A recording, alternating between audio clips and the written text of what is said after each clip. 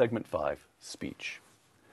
Quoting you again, Harvey. Sensitivity is today's version of the soft despotism that Alexis de Tocqueville worried about in democracies, and it would not have surprised him that the worst of it would be found in the halls of the intellect. Let's take that one step by step. What did Tocqueville mean by soft despotism? It's democratic despotism. It's a despotism which arises from the dangerous individuality, or what he calls individualism, in modern democracy. That's when people decide that they can't do anything on their own with other people, that they are the victim of huge historical forces that are mindless and extremely powerful. And so they react by returning to their own private lives, their family, their friends, and themselves, and let government run their politics for them. Mm. So it's a kind of despotism that results sort of automatically without being intended by anybody, and works through benevolent measures. Big government, or the immense being of government that Tocqueville refers to, is perfectly good, well-intentioned, mm-hmm. and doesn't mean to lord it over you, but it just ends up doing that, mostly because people decide to allow it to do that. How is it that sensitivity has now become a form of soft despotism? Well, sensitivity is letting other people's reactions to you decide your behavior. So instead of choosing to do what you think is right and then defending it, you say something or try out something or listen to other people demand something and try to adapt to that.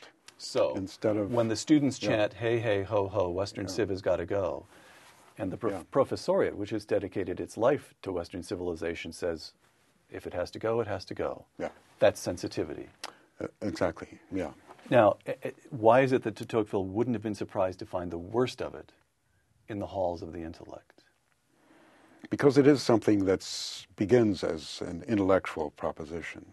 The proposition that we don't really run our own lives, but we are victims or puppets of large historical forces beyond our control. Mm.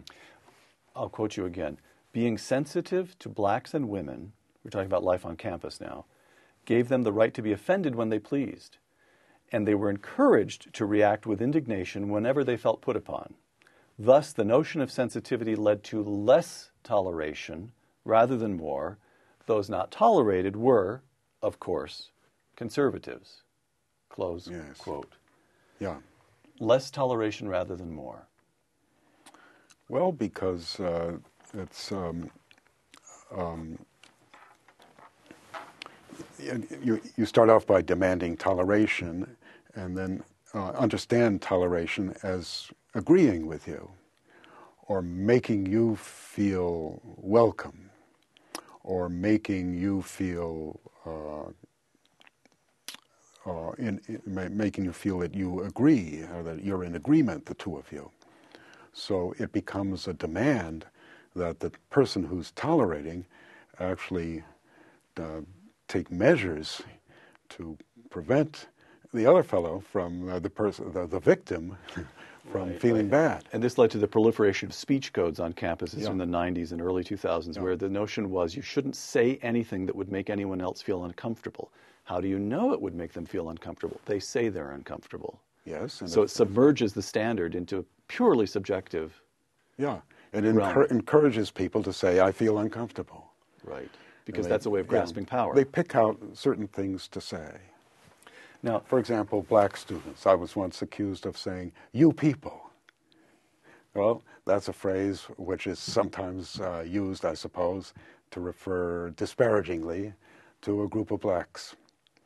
But you people. So they pick on what they take to be sort of signals in other people's speech, and interpret it as malign, a kind of malevolence on the part of the speaker. Right. And so what, in the second half of that quotation, what I find so striking is that, of course, those not tolerated were, of course, conservatives. We hear over and over and over again that the reason there are more people to the left in faculty than conservatives is that, well, that's just not the kind of life that attracts conservatives. They'd rather go make money on Wall Street, or they'd rather go into the military. Probably not very many liberals in the military, are there? So it's just the way things, human beings sort themselves out. And in this, of course, you're saying not a bit of it. There is an active animus against conservatives on campus. Is that correct? Yes, the people who put toleration first are intolerant of those who don't put toleration first. If you have any kind of principle, or try to live by any kind of principle, then toleration is not the most important thing in your life. But by persuasion, or doing the right thing and persuading other people to agree with you, or at least to tolerate you. But the liberals have often, or typically, taken choice and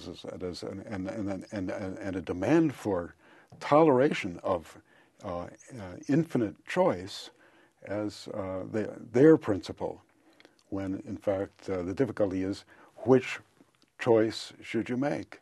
They'll tell you, Harvey. Which principles should you use by which to... One final time, let me quote you to yourself. And I have to say, this is just outrageous for you to say this, Harvey, the way you do. Conservatism is closer to the mission of the university than liberalism is.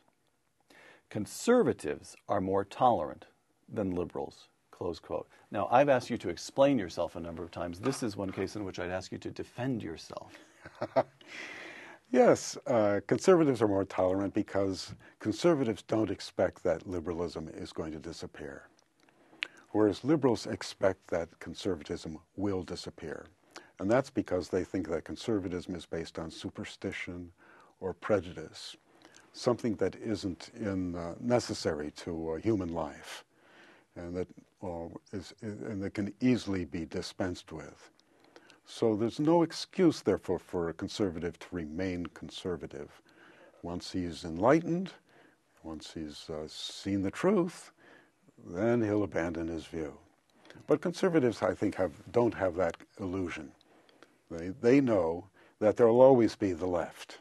Right. And that it will come back in one form or another, and that our politics consists of a kind of alternation between left and right.